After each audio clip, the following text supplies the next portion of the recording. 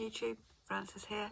Just thought I'd make a video on some upcoming astrological events that are going to be taking place between now, where we about the 17th of October, somewhere around there, until February next year, 2022. Now, this information has come from a video that I recently watched from Jocelyn Starfeather, and I will record the link below. But I just thought, because her presentation was about an hour and a half long, and I'm just going to summarize some points that she made that I found to be of interest.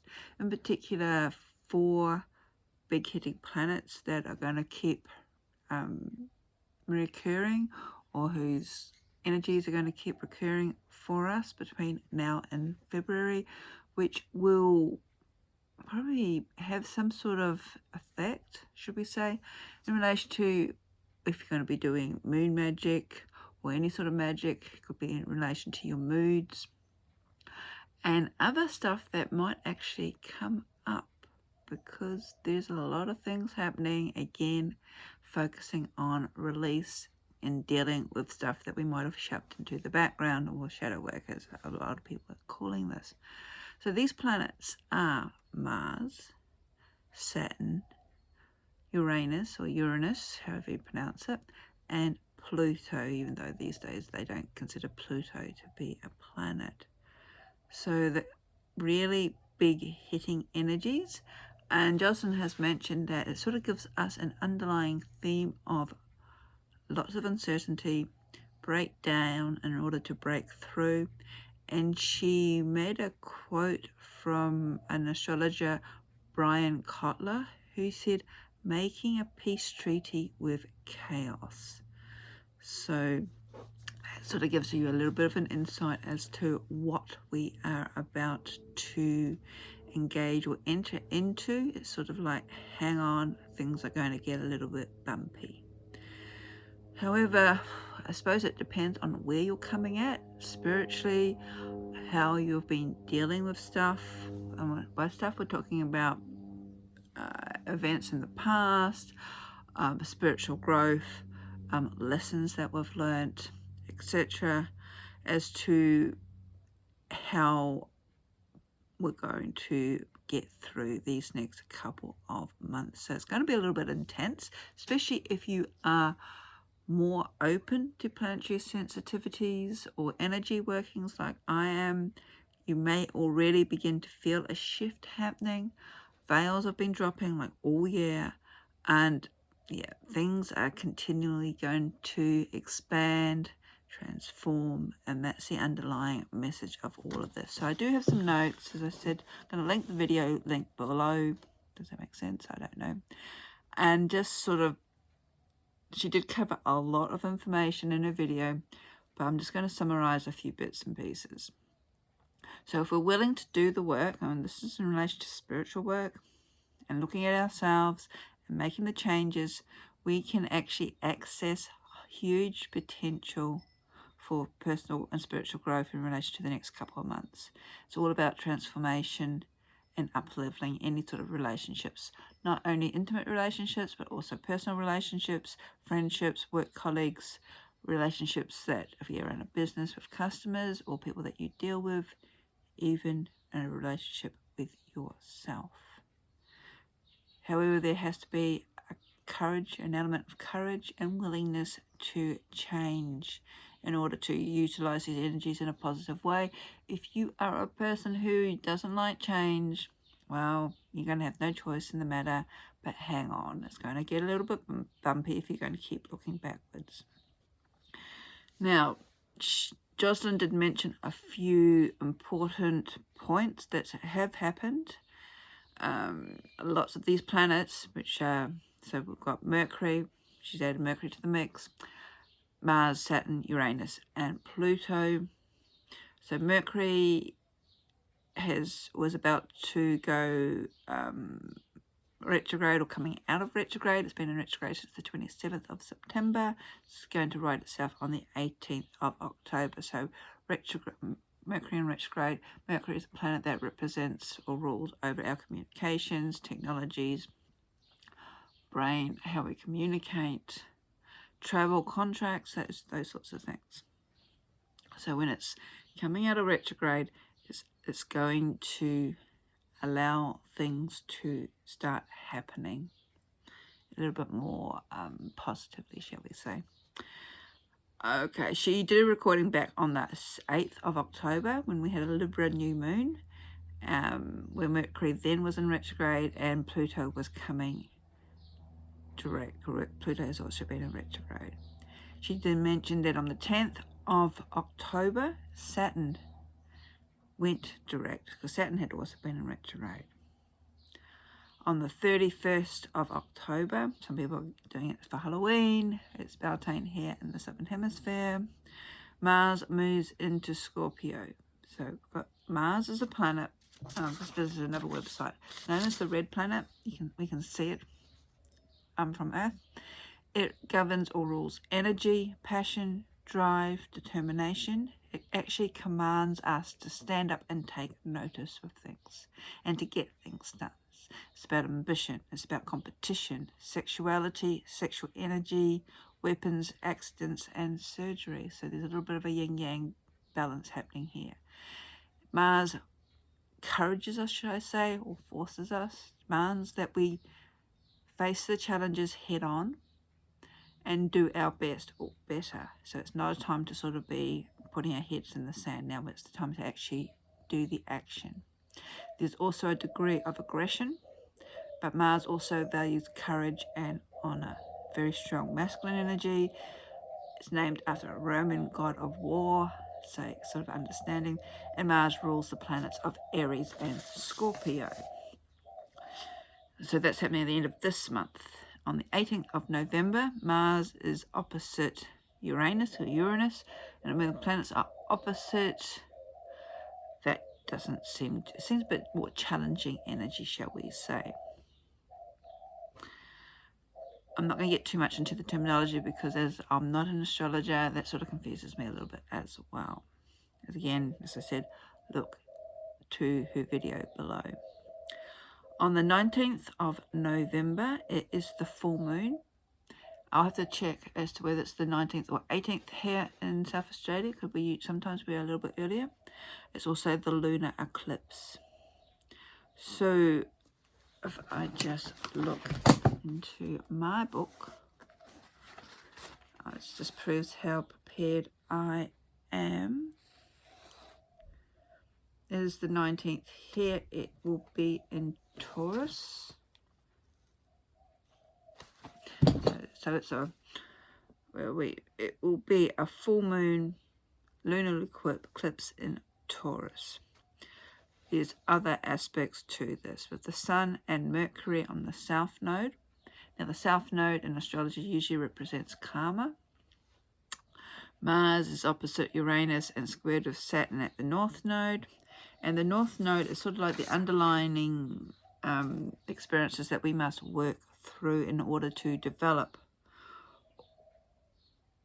our karma, and so we can grow more spiritually or with that energy. And it's also the moon's going to be trine with Pluto. Now, ultimately, this is gobbledygook, to be perfectly honest, but it just sounds like the oppositions. Mars opposite Uranus, it's going to be a little bit bumpy. We've already gone to what Mars represents. Uranus is the planet of rebellion. It wasn't actually discovered until 1781, and it brings a new way of looking at things. It's about expanded consciousness, it's about originality, inventions, computers, cutting-edge technologies, future events. It's also about having no need anymore for the status quo and to break with traditions and to create a new mold altogether. So we've got this rebellion aspect, the revolution, also a dictatorship, autonomous state. There's an element of coercion, bizarre behavior, bohemian behavior. So it's all sorts of interesting concepts, shall we say, of Uranus. This sort of utopia or idealisms that can also have an element of violence or an unexpected behavior to them. So it's a bit of a mixture of a planet. And so this is also going to be, you're going to have this rebellion aspect on one side, and then you're going to have this martial energy of Mars on the other side. And the two of them are going to sort of clash. So that's going to go all on a lunar eclipse. If you're into moon magic and you want to be out there doing something on a full moon under a lunar eclipse, just maybe hold on and do some more research as to what you should be doing. I personally think it might be one to just sit out and just meditate and just see what happens. But then that's just me. So we're going to be having things from the South Node pop up in our face. So these are our unresolved issues, outdated beliefs, things that have sort of like blocked or prevented us from the past. Our deeds that maybe we have swept under the carpet that we haven't dealt with. Maybe we're not too impressed of the past actions. And we've all got these skeletons in our closets. And in particular to, say if we've wounded or hurt people intentionally or unintentionally, unresolved issues, etc. These are all going to be popping out and saying, hello, it's time to deal with me. So be a little bit, so pre-warning, that might be just after, just after Halloween in the Northern Hemisphere, the skeletons in the closet may be popping out again. Moving on to December.